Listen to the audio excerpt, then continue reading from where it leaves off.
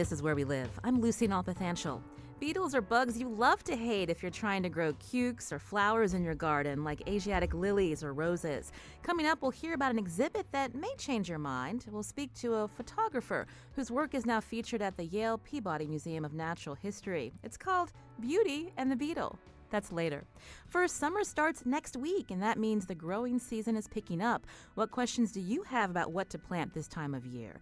Are you running into problems in your garden? Gardening expert Charlie Nardozzi is back on Where We Live today. You can ask him a question at 860-275-7266. Email wherewelive@wnpr.org. Find us on Facebook and Twitter at Where We Live. Now, Charlie Nardozzi's been on the show several times, a horticulturist and author and host of the Connecticut Garden Journal, which airs Thursday afternoons at 3:04 here on WNPR. He's joining us today from the studios of Vermont Public Radio in Colchester, Vermont. Charlie, welcome back to the show. It's great to be here, Lucy. We know here in Connecticut, our summer so far this past week, not quite summer, has been very hot, 90-degree weather. A few weeks ago, it was cooler. How does that translate in the garden? Well, the plants are trying to figure it all out, you might say. You know, they kind of get it off to a good start, and then we get a hot spell and slows them down, and then get some more rain, and they keep going. Generally, what's been happening, though, this spring I've noticed is that a lot of the perennial flowers are doing really well.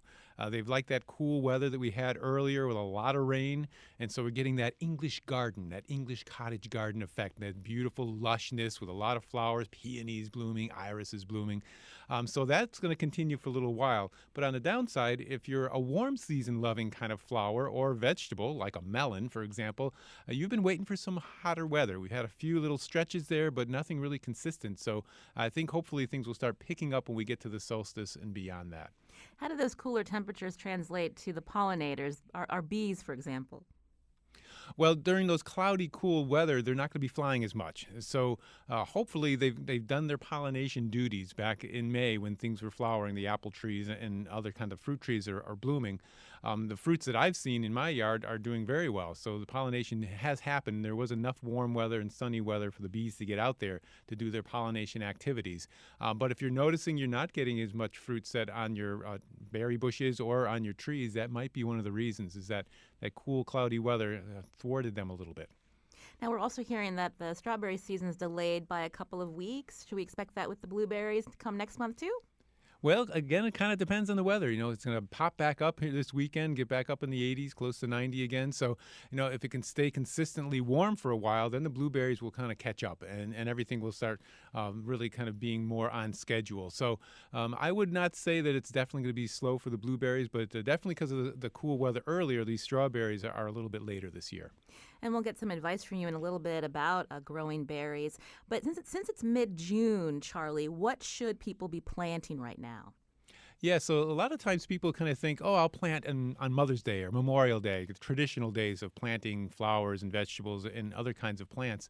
And then they kind of forget about planting for the rest of the season. But really, you can be planting almost every month during the summer to get some things growing. So this time of year, like I'd mentioning, those warm season crops, the ones that really like the warm soil and the warm sun, the melons, watermelons, cantaloupes, okra, for example. You were just in Africa. You've probably seen a bunch of okra growing. Things that really like the heat, those are the kind of crops you can be putting in the ground now and should be putting in the ground now. In fact, it would have been better if you waited, if you had planted them, say, back in May sometime, to wait till June to actually plant those, because they'll grow much faster. There will be very little delay, very less likely chance of them rotting, and they'll really pick up really quickly and start filling out really quickly. Now, I'm a big flower person, so when you were talking a lot about vegetables, and again, we mentioned berries earlier, but what about flowers? What should we be putting in the ground? Well, you can be planting any of those perennial flowers now. You know, this time of year, everyone gets very enticed by things like the peonies and the irises, the things that are blooming now, the echinaceas and be coming along, all of those kinds of flowers. Certainly, during June is a nice time to plant a lot of those. Going to a local garden center, picking out some things. You know, you can take a look at your perennial flower garden right now and see where the holes are. You can see what's filled in, what's spread around in the different areas of your garden, where there's certain spots that things maybe died back or just are not doing so well, and kind of put some substitute plants in there. So this is a good time of year to do a little touch-up in your perennial flower garden. And as far as annuals go, you can put any of those in at this time. Everything from the lantanas to the zinnias to the cosmos to marigolds, whatever it is.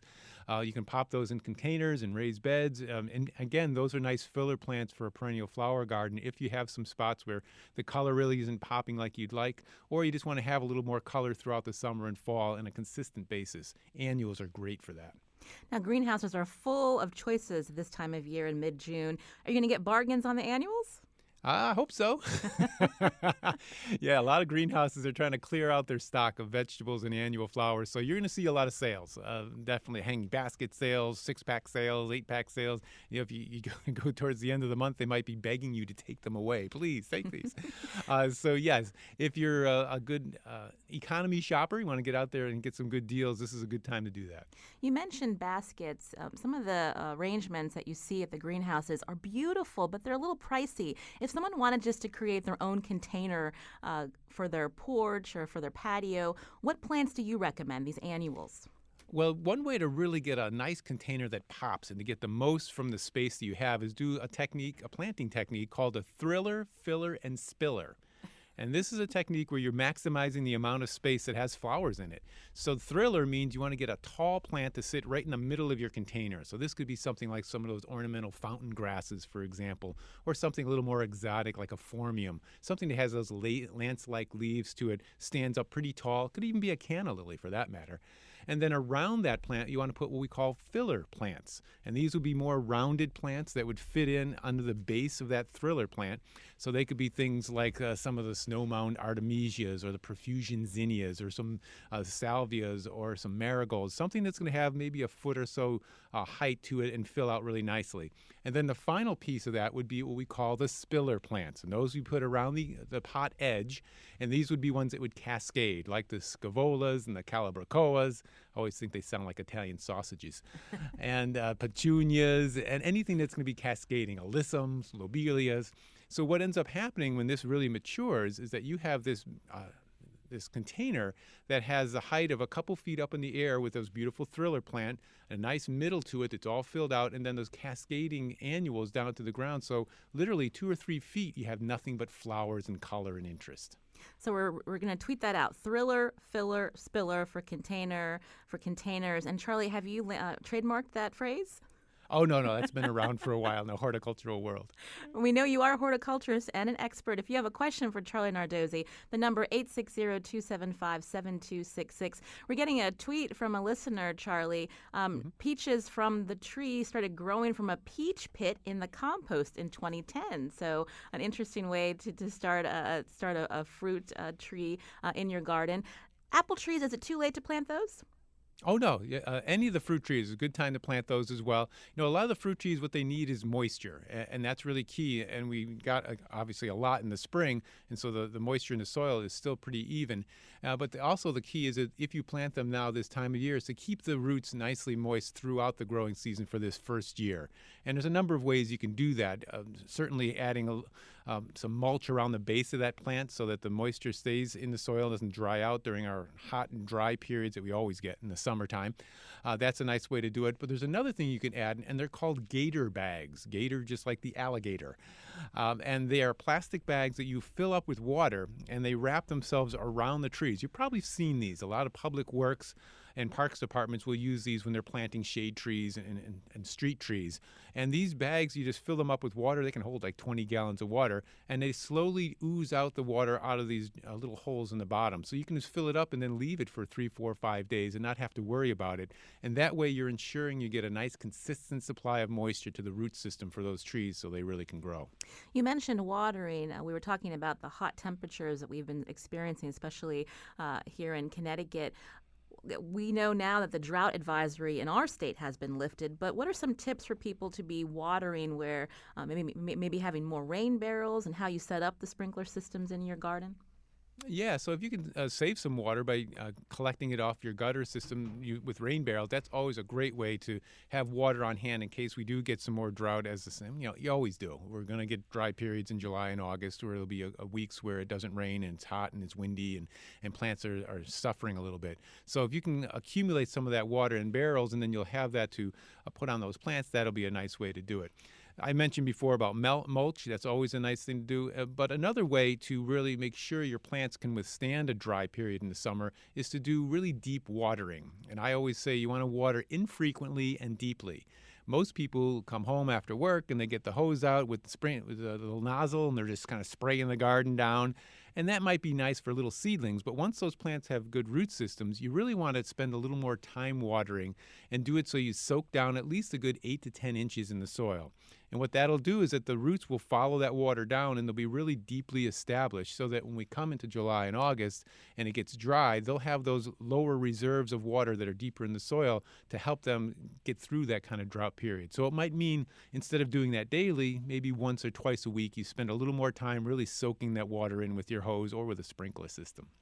Now, Charlie, our listeners know you because you're the host of the Connecticut Garden Journal. They can catch that Thursday afternoon on 3:04 here at WNPR. But on our website, we often will have your Connecticut Garden Journal tips posted as well. And we talk about, in June, we talk about peonies, we talk about roses. But how about lavender? What should we know about that herb?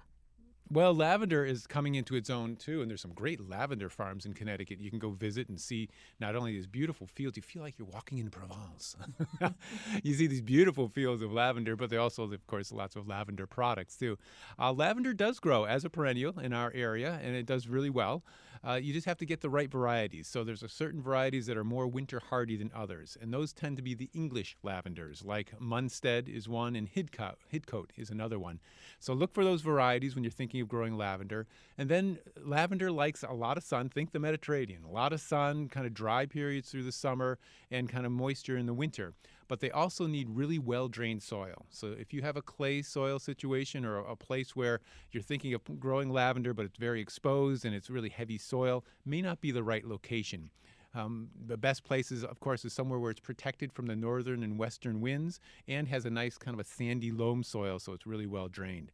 And the other thing you can do to ensure that it makes it through the winter is just put some bark mulch on it, say around end of November, early December, just to protect the crown of the plant. Even if it dies back a little bit in the winter, you can cut those back really severely, and they'll regrow and have those beautiful lavender flowers for you next June. You mentioned the hardy varieties. What about the dwarf varieties, and can you put them in containers? Yes, you can put lavender in containers too. Anytime you put lavender in a container, of course, because we have such severe winters, you're going to want to protect it in the winter. So mix it in a nice sized container with regular potting soil, maybe add a little time-release fertilizer just so it keeps staying nice and green and lush. And then come fall and winter, that's when you want to put it in a basement or a garage or a shed, somewhere where it's not going to get much below freezing or too much below 20 degrees in the winter. That way, the roots will not freeze solid and the plant will be able to come back again next year. We're getting another tweet from a listener. Christina writes, I'm struggling with okra again this year.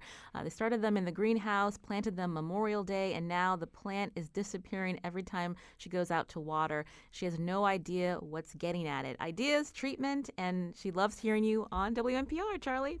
Oh, great. Thanks. Well, okra likes a lot of heat. That was one of the ones we were mentioning earlier in the show, liking a lot of heat and a lot of warmth. So it's good you wait to I would wait to even June to put it out. And I would not hesitate to actually reseed them now. Even though we're into middle of June here, we still have a good 3 months of growing. And once the temperatures get really warm and the soil's really warm, you'll see plants like okra will really just kind of take off. As far as what might be attacking it, there's little worms in the soil called cutworms. And these will go after a variety of different kinds of plants, broccoli plants, pepper plants, and things like okra. And what they do is this is a little subterranean worm that comes up at night, and it just wraps itself around the stem of the plant and chews through it, and the plant just kind of flops over and dies. And they're only really going to be this time of year, really in the spring, early summer, where you see them happening. Then they'll go through their different stages of life, and they'll kind of disappear. So I would say go ahead and replant. Go ahead, put some seeds in the ground. Don't give up on your okra right now. Maybe raise the beds up a little bit so they have good drainage to them. But also, on the other hand, if it doesn't rain, if we get a dry period here, make sure they stay well watered too. Do you have a gardening question for Charlie Nardozzi and not sure what to plant in your sunny or shady backyard? You can join the conversation 860-275-7266. Find us on Facebook and Twitter at Where We Live. I wanted to ask you, Charlie, before we head to break, the roses are spectacular this time of year. I know you're from Connecticut, so Elizabeth Park is always a great place to visit in June. I'm always curious, though, about which roses you're supposed to deadhead and which ones you just leave as is.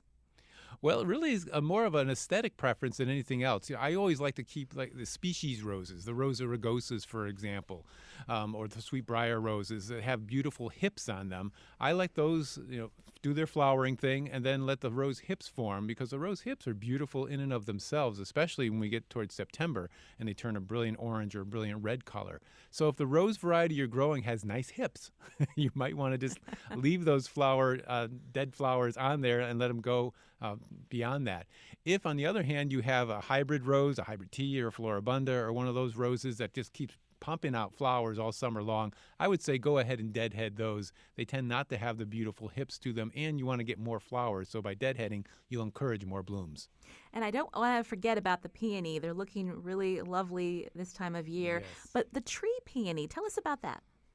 Well, most people know about the herbaceous peony. That's the one that dies back to the ground every winter and grows back up, and it's flowering now.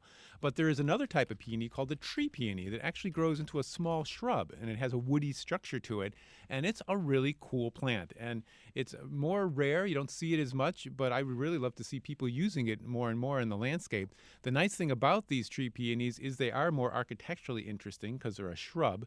They have big flowers on them, flower a little bit later than the herbaceous peonies, and they have the color yellow. If you notice all those herbaceous peonies that are blooming around, you'll see reds, you see whites, you see pinks and corals and bicolors, but you don't see yellow.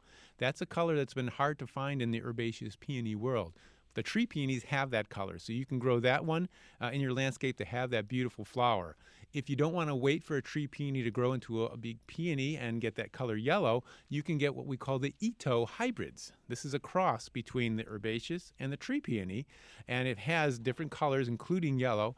Kind of grows with those big flowers like the tree peony, but dies back to the ground like an herbaceous peony. This is Where We Live. I'm Lucy Nalpathanchel. Horticulturist and author Charlie Nardozzi is with us from Vermont Public Radio, taking your questions about the gardening season as summer is right around the corner. Coming up after the break, we'll hear more about succession planning and pest control. You can join the conversation, 860-275-7266.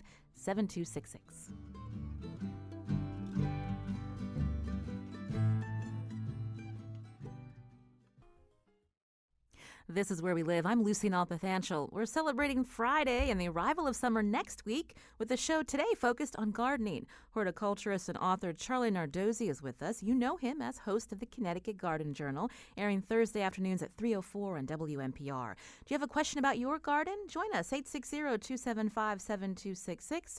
You can find us on Facebook and Twitter at Where We Live. I want to start with some listener calls. Deborah's calling from West Hartford. Deborah, you're on the show. Hi. I live in West Hartford where there's a lot of clay soil, and I have one particular area in my backyard that's extremely heavy clay, very difficult to work, and I would like to plant things in it, shrubs and some flowers of some kind, and create like a woodland garden. And I was wondering if you have any suggestions. All right. Thank you for your call, Charlie. Thank you. Yeah, so if I forgot if you said that was a shady area in her back of her yard, but if it is, certainly native plants that would grow well, some of the ferns that grow really nicely in kind of that clay soil, they would do pretty well in there. And then you start looking at some of the spring ephemeral plants, the trilliums and the trout lilies and a lot of those kinds of plants, columbine, wild columbines. Those can be put in there for a little bit of color in the spring. So those are some of the options that you can do for native plants in that kind of area. If you really have heavy clay soil, though, it's going to limit the palette that you have as far as what kinds of plants you grow. So one of the suggestions might be creating a little bit of a raised bed with some imported soil, some topsoil and compost mix. So that will give you a wider range of plants that you can grow in those areas. They could be, again, native plants that would be more woodland plants that would fit in there, or you can start mixing in things like rhododendrons and azaleas azaleas and some of the hostas and some of the other kinds of shade-loving plants, astilbes, those kinds of things. Having good soil is really going to go a long way for any plant to survive much better. Now, Charlie, you mentioned rhododendron and azaleas. The peak is past now. What should we do with these bushes in terms of anything that we should be doing with the soil now? Oh, well, actually, good question, Lucy, because this is a great time of year to do some pruning of your rhododendrons and azaleas.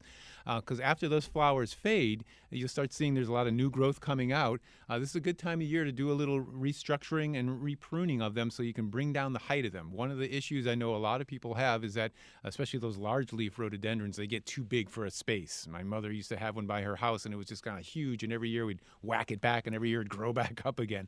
So you can actually cut rhododendrons and azaleas back pretty severely, and they will regrow from old wood and eventually start flowering again. It may take a couple years, but they'll come back to a nicer size shrub and something that has nice flowers on it and a more manageable plant too. I think I've read that they like peat moss in their soil. When do you put that on? Yeah, so any rhododendrons, azaleas, any of those plants in that family, even hydrangeas for that matter, like a more acidic soil. And so you can't put peat moss in when you're planting them, and that's a good idea for soil water retention and drainage. But really the way to lower the pH in your soil, if you have a pH that's too high for those plants, is to add sulfur. And you can go to a garden center and get garden sulfur. It usually comes either in a powder or it's easier actually to get it in a pelleted form. It's much easier to use that way. And putting it in the spring and the fall around the drip line of that plant to lower that pH. You want to get the pH down to a more acidic area, down around 6 or maybe even into the 5s. 7 is neutral for those who are kind of following where the range is. And of course, you always want to do a little bit of a soil test too before you do any of this, because you may already have acidic soil in your yard and just don't know it. Of course, one way to find out is if your rhododendrons are growing well, it's probably a good soil for them. We'll take some more listener calls. You can join the conversation, 860-275-7266. Again, horticulturist and author Charlie Nardozzi with us from Vermont Public Radio Studios in Colchester. Suzanne's calling from Hamden. Suzanne, you're on the show. Hi. Oh, this is great. I'm so happy to be, just chanced listener, and this is wonderful. It's timely as well. But my question is this. I have a pink and a white dogwood in my yard, and this year there were just very, very few blooms. I don't know, the tree looks fine, the leaves look fine, but there were very few blooms. And my neighbors, who also have dogwood trees, they look just fine. So I'm wondering why my trees were so lacking in blooms this season. Yeah, why me? Yeah, really. Yeah, right. You might want to take a look at the bark of your dogwood trees. Dogwood get different insects and diseases, and one is a scale insect that'll be all along the bark, and sometimes that will suck some of the sap out of those trees and weaken them. And a weakened tree will be less likely to pop out some flowers for the next growing season. So one of the things that you might do is just kind of look along the bark and see if there's any signs of the scale, and you can do some spraying some horticultural oil to control those insects that might be along there. Another thing, of course, is going back to the health of the dogwood tree. Dogwoods, like a lot of the spring blooming trees and shrubs, they set their flower buds in the summer this year for next year. So making sure that the tree is healthy, maybe give it a little fertilizer, some compost, maybe a balanced organic fertilizer to really make sure it's growing well, the leaves look healthy, the plant looks kind of lush otherwise. That will help it set some flower buds this summer so that next year, hopefully, you'll have all the flowers, and your neighbor, well, we hope they have one too. This is Where We Live. Again, we're focusing on gardening today. You can ask a question of Charlie Nardozzi at 860-275-7266. We'll take some more calls in just a few minutes, but I wanted to ask you, Charlie, about succession planting in the vegetable garden. How does that work, and what should we be planting that way?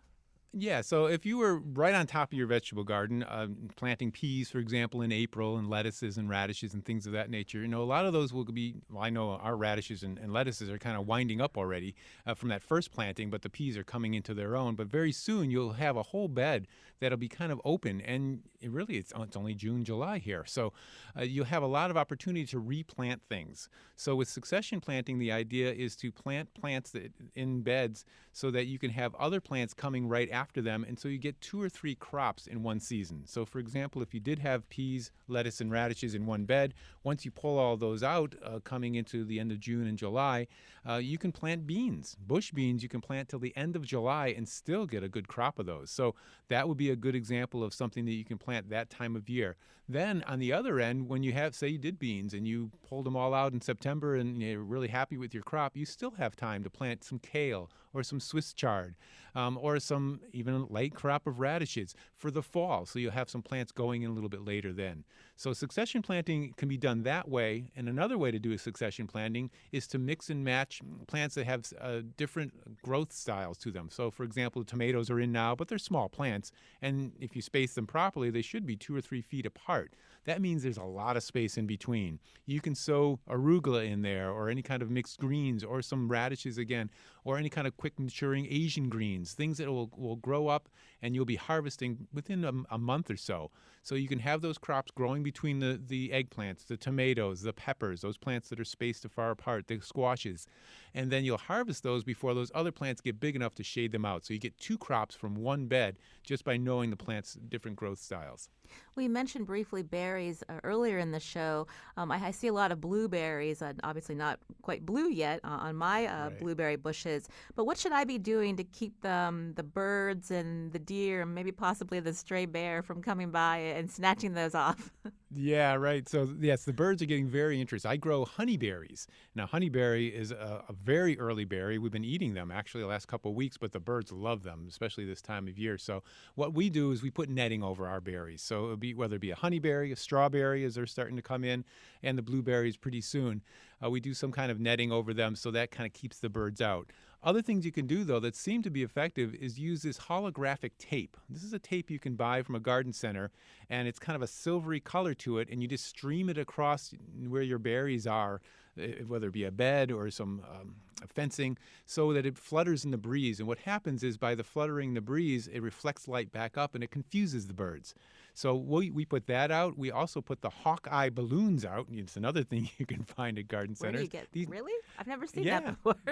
Well, you check around, you'll see it. Okay. I can give people some online sources too if Okay. they really want to find them. But they look like beach balls, and they're yellow beach balls, and they have these eyes on them that are kind of painted. It's a Japanese idea they found worked really well. And the birds think that these are hawks. So you hang these up around your berries, and the key is to move them every few days. So move them one place or another so it looks like a hawk is checking out what's going on, and the birds stay away from that area because they think they're going to be in danger. So there's different things you can do, and even with blueberries, there's one little home remedy from Cornell that uses a grape-flavored Kool-Aid. So when you go to the grocery store, you see those individual packets for artificially grape-flavored Kool-Aid. Get 4 of those, mix them in a gallon of water, spray it on your berry plants pretty soon, just before they start turning the ripening color. And when the birds start eating them, they don't like the flavor of the grape Kool-Aid, and they leave them alone. We're talking gardening today on Where We Live with Charlie Nardozzi. The number 860-275-7266. Charlie's calling from New Haven. Charlie, you're on the show. Hi, good morning. Good morning. I love your attitude, Charlie. Love your perspective of, just get out and do it. I work at Lila Day School, and we've got a lot of different things going, but one of the things is we have a small greenhouse with no fan or anything like that, and it gets really hot during the summer. And I'm just wondering what kind of things would be the best to be in there for, just in terms of the kids, for smell, taste, color. Yeah, for the summer is what you're concerned about. Yeah. Yeah, summer's kind of hard in a greenhouse unless you have some kind of venting system because it gets obviously really hot and very stagnant. The air doesn't move very well. But you want to try to grow some, exotic kind of things. Like peanuts, for example. You could try putting those in there. Peanuts, of course, they will grow in Connecticut, and they need a long growing season, though, and a long hot growing season. So that might be a crop that might be a fun thing for kids to play around with and see if you can get them to grow and actually have those peanuts form underground. The only problem I've found with them is that the mice and the voles like them too. So you might have to do a little protecting, either putting them in containers in the greenhouse and protecting those with some wire, or doing something to make sure the mice and voles don't get your harvest, because the plants can look beautiful, but when you come to September and October, you want to really get those peanuts underneath. Yeah, and Of are there course, and any then there are herbs particular too. herbs Yeah, that we're would talking on the do same well? level here. Yeah, so there are definitely herbs, the Mediterranean herbs. We were talking a little bit earlier about lavender, but certainly rosemary does very well in that kind of greenhouse setting. The oreganos, the thymes, anything that likes a lot of heat, a lot of sun, well-drained soil, those will do pretty well in those conditions. The number 860-275-7266. Carrie's calling from Stonington. Carrie, you're on the show. Hi, guys. Good morning. Great show. Thanks for taking my call. My question is about cilantro. And I've had great success growing pretty much everything, but almost all the time I kill it. I kill cilantro. It looks great at the store. I bring it home, transplant it into a pot. I've tried different levels of light, different types of watering, and no matter what, it just dies. It bolts. And that's the herb that I use the most in cooking. And so I'm hoping you might have a tip for me. Sure. So when you buy it in garden centers or nurseries, a lot of times you'll find that they put a number of different cilantro plants in one pot. And the temptation is, I don't know if this is how you buy them, but the temptation is to pull that pot apart and take the individual plants apart and plant them individually. What you might want to try is just plant the whole pot. Don't even separate them out. And put them in, whether it be a container or a raised bed, make sure it's really well-drained soil. I use raised beds a lot for them because they like a nice well-drained soil. And they have a bit of a kind of like a little tap root, so they want to be able to go down into the soil pretty well.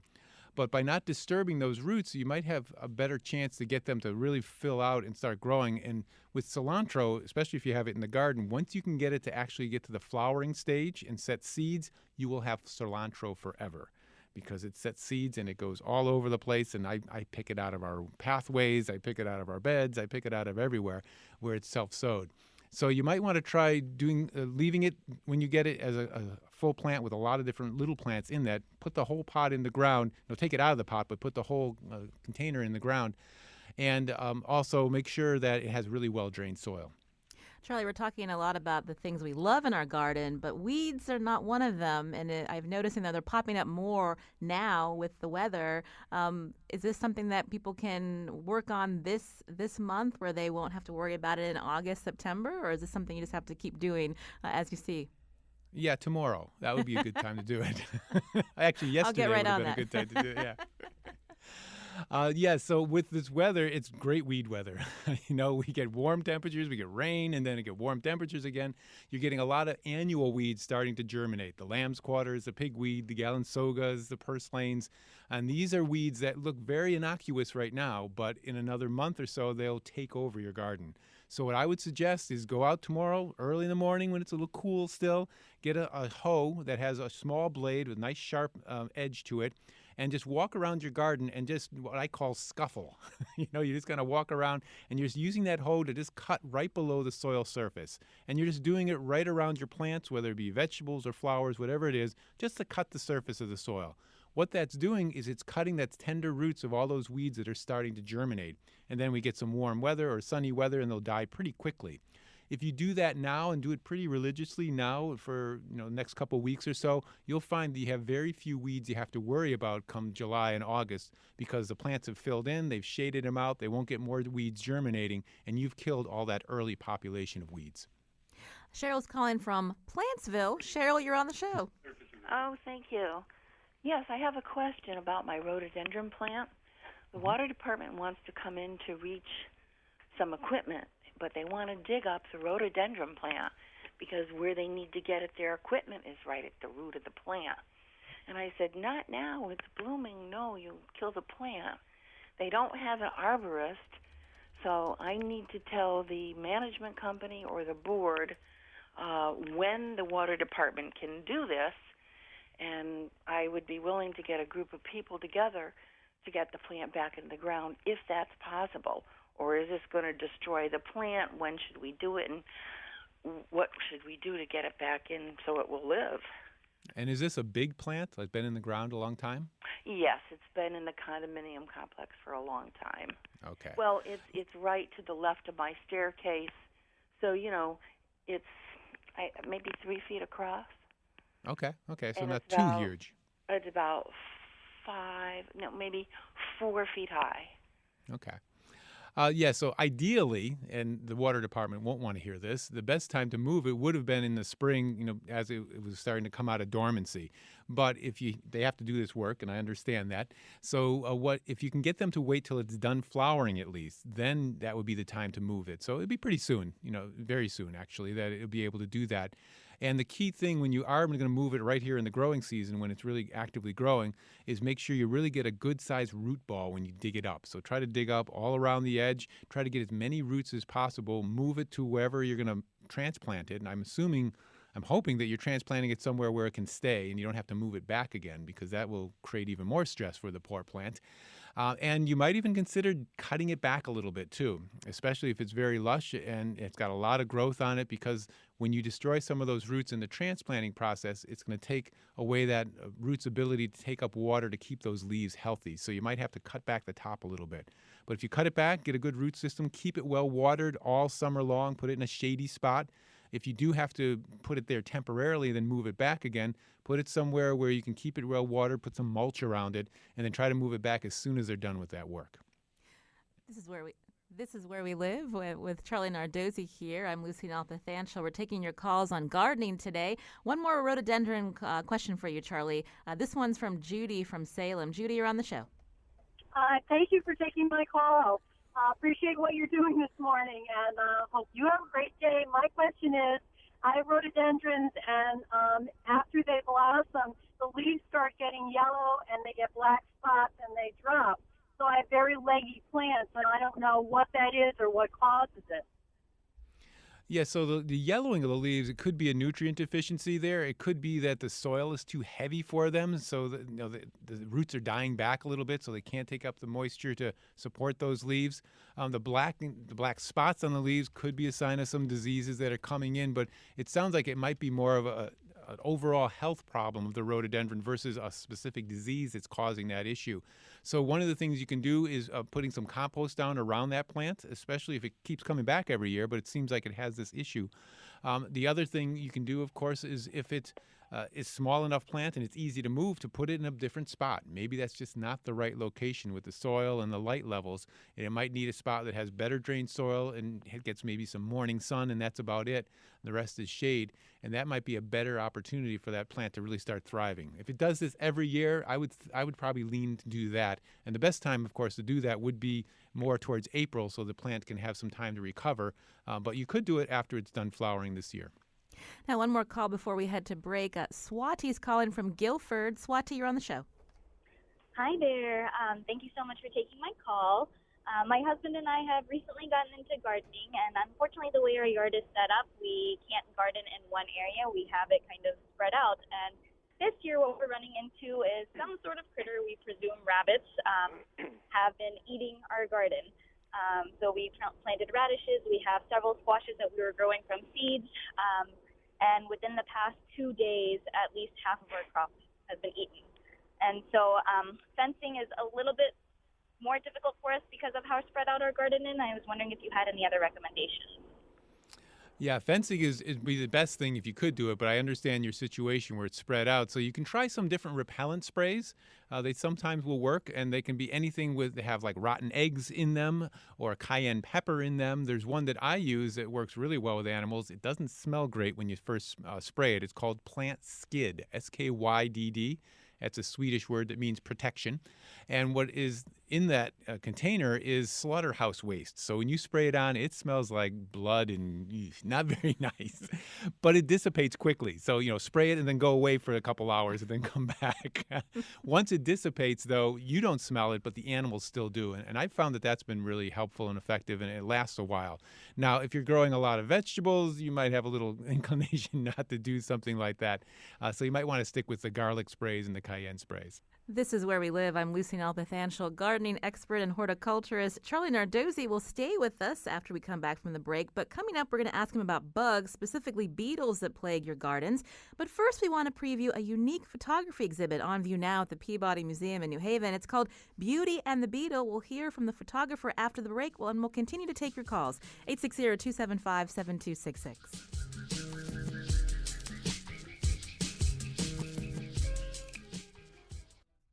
This is Where We Live. I'm Lucy Nalpathanchel. We've been focusing on garden questions as summer approaches. This is the time when we dream about lovely flower beds or a bountiful crop of fruit and vegetables come fall.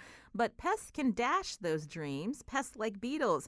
Now, before we get more advice from gardening expert Charlie Nardozzi on ridding your gardens of bugs like Japanese and cuke beetles, we wanted to learn a little bit more about an exhibit that might make you appreciate the insect. On the phone with us now is William Guth, a photographer based in Bethany, Connecticut. His work is featured in the exhibit Beauty and the Beetle, Coleoptera in Art and Science, that's on view at the Yale Peabody Museum of Natural History through August. William, welcome to the show. Thank you, Lucy. Good morning. Now, I mentioned you're a photographer. How did you get involved with this exhibit? Well, the way I got involved, I was asked to photograph beetles. Now, typically in the past here in Bethany, I dreaded the onslaught of Japanese beetles on my raspberries. Needless to say, I've been introduced to a whole new world of beetles, which I didn't realize existed. And so you started taking photos of the beetle specimens at the Peabody. Tell us about some of these specimens. Well, some of the specimens, for example, there's a African spotted flower beetle, which is green with white spots, and there's some orange down the side. It's just gorgeous. Then there was a scarab beetle from the Congo, which has blue stripes running the length of the beetle. And I think my favorite was the mountain stag beetle from Malaysia. It is just gorgeous. And I should point out that these photographs, we're taking specimens that are typically about quarter, half inch, some 3/4 of an inch, and presenting them on aluminum prints, which measure 40 by 60 inches. And so when you're doing this macro photography, you're really able to see certain anatomical details that you might overlook if you walk through the Peabody and just look at the exhibit? Exactly. And I should point out that my co-presenter is a New Haven sculptor named Gar Waterman. What he has done is replicated the beetles by welding pieces of steel, some of which were discarded brake parts. And so we're showing the abstract pieces of sculpture along with my photographs plus the actual specimens. And I should point out that Gar and I are going for the aesthetic. In other words, if one looks at the actual specimen side by side with the photograph, it's quite different because I'm trying to show the beauty through the way I've done the lighting and so forth. And with macro photography, you can really zoom in on the little hairs on their legs, the mandibles. Absolutely.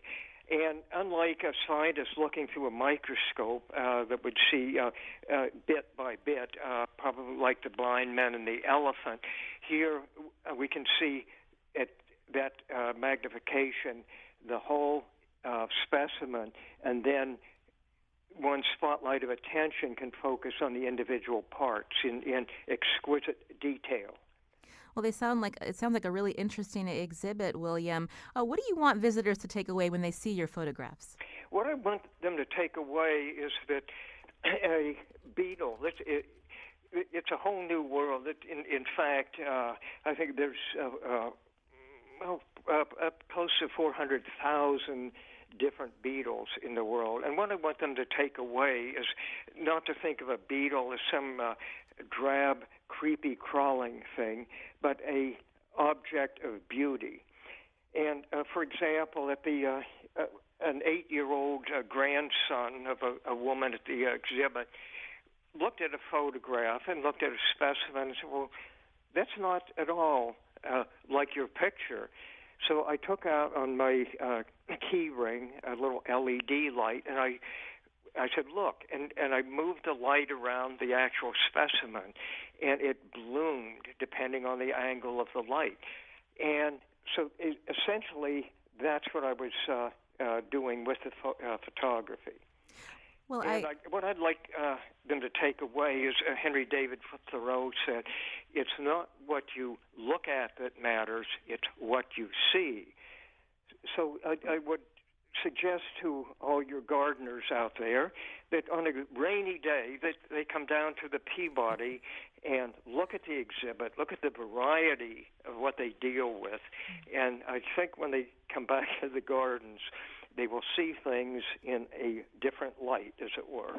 Well, thank you so much, William Guth. He's a photographer based in Bethany, Connecticut. His work is featured in the exhibit Beauty and the Beetle, Coleoptera in Art and Science, on view now at the Yale Peabody Museum of Natural History. His co-collaborator, New Haven sculptor Gar Waterman.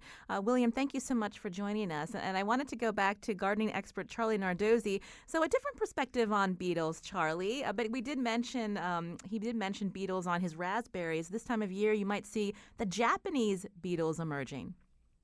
Yes, the Japanese beetles will be coming out very soon. And, it's great that he's highlighting all these different beetles. And I always tell people with insects, because we always get really nervous about insects, but 95% of the insects out there are actually either beneficial or they're innocuous towards our plants. It's only a select few that really cause a lot of damage. So don't curse the whole group of Coleoptera or the beetles out there. But Japanese beetle is certainly one of those that everyone knows about. And right now, what's happening in the life cycle is that there's these little C-shaped grubs, white grubs that are in the soil that are right below the soil surface. They're going to be pupating very soon, and then they'll be transforming into the adult beetle that'll start flying around attacking 300 different kinds of plants, including raspberries, grapes, cherries, basil, et cetera, et cetera. So right now is a great time to control them, and the way you control them is to kill those grubs that are in the soil. And you can do that organically a couple different ways. You can try beneficial nematodes, and you'd have to go to a garden center to get these. And these are microscopic little wireworms that you would actually spray on the lawn areas around the plants that they love to feed on, because that's where most of them will be living. And they go down and they actually parasitize those grubs. And you want to do it in the evening, and you want to water them in really well. Ideally, you do it right before it rains. So if it looks like it's going to rain the next day, spray those nematodes down there. I've had some great control with that. Now, there's another one called milky spore powder or milky spore disease. And this is an actual disease that will infect those grubs in the soil. The only downside in Connecticut about that is that the soils are too cool in Connecticut for it to be really effective. It's much more effective if you go further south, New Jersey, Pennsylvania, Maryland, places like that. But if you do want to try it, it's certainly very effective in killing them once it kind of gets into the soil. And that's something that in warmer areas it actually overwinters, but you'd have to, in Connecticut, apply it year after year. Same thing with the nematodes.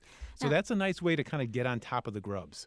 We're talking again about some of the pests in the garden. We just have a couple of minutes. I just wanted to try to do a quick round with you, Charlie. Someone wants to know about her lilac trees. How does she manage them? They overgrow. Can you tell us quickly? Well, right now is a good time to prune them back. And lilacs, just like the rhododendrons, can be pruned back fairly severely, down to a couple feet off the ground, and they will regrow and fill back out again. So this is a perfect time to do that. Any of those spring flowering shrubs like lilacs, you want to prune them from between now and probably early July, middle of July, because that's when, after that, they're starting to set their flower buds for next year. So if you prune them in the late summer or fall, you won't get flowers next year. We were talking about not all bugs are bad. Andy from Woodbridge was calling in to let us know that, many weeds are very edible. Can we talk through some of those? Oh, yeah. A lot of the ones I mentioned earlier on the show about the pigweed and the lamb's quarter and purslane, they're all edible. In fact, you can buy seeds of these from garden centers, amazingly enough. So you can have them. And they're really tasty, too. Lamb's quarters is a really great substitute for spinach and a lot of other greens. So do a little research. Make sure you get the right weed. Don't want to be eating something that doesn't taste good. And you can try some of those out and actually let some of those just grow naturally in different patches of your garden so you have some wild edibles to make pesto and other kind of fun things. Rick from Hebron loves plants. He had a weeping cherry tree for about 10 years, bloomed fine every year, but this year it didn't do anything. He wants to know why. Well, it's a lot of reasons for why cherry trees or any tree, flowering or fruiting tree, doesn't bloom. It could be somehow it got zapped from the winter, even though we didn't have a very severe winter temperature-wise this year. Sometimes the flower buds get zapped. Sometimes the tree might be stressed, too. So something like that, I would give it another year. Maybe treat it really well this year. As I was mentioning earlier on the show, it's setting its flower buds for next year by the summer. So put some fertilizer, some compost around it. Make sure it stays well watered. Make sure it's growing healthy.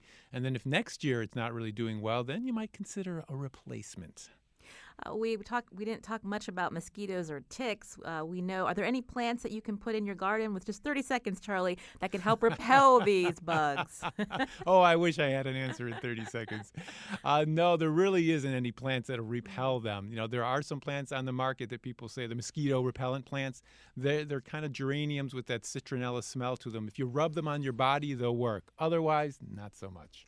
Well, I want to thank Charlie Nardozzi, a horticulturist and author, host of the Connecticut Garden Journal, airing Thursday afternoons at 3:04 on WNPR. A great book that he has right in front of me, Month by Month Gardening in New England, what to do each month to have a beautiful garden all year. Great tips and tricks in this book. Charlie Nardozzi, always a pleasure. You joined us today from the studios of Vermont Public Radio. Thank you, Charlie, for your time. It's been great being here. Today's show is produced by Lydia Brown. I'm Lucy Nalpathanchel. Thanks for listening.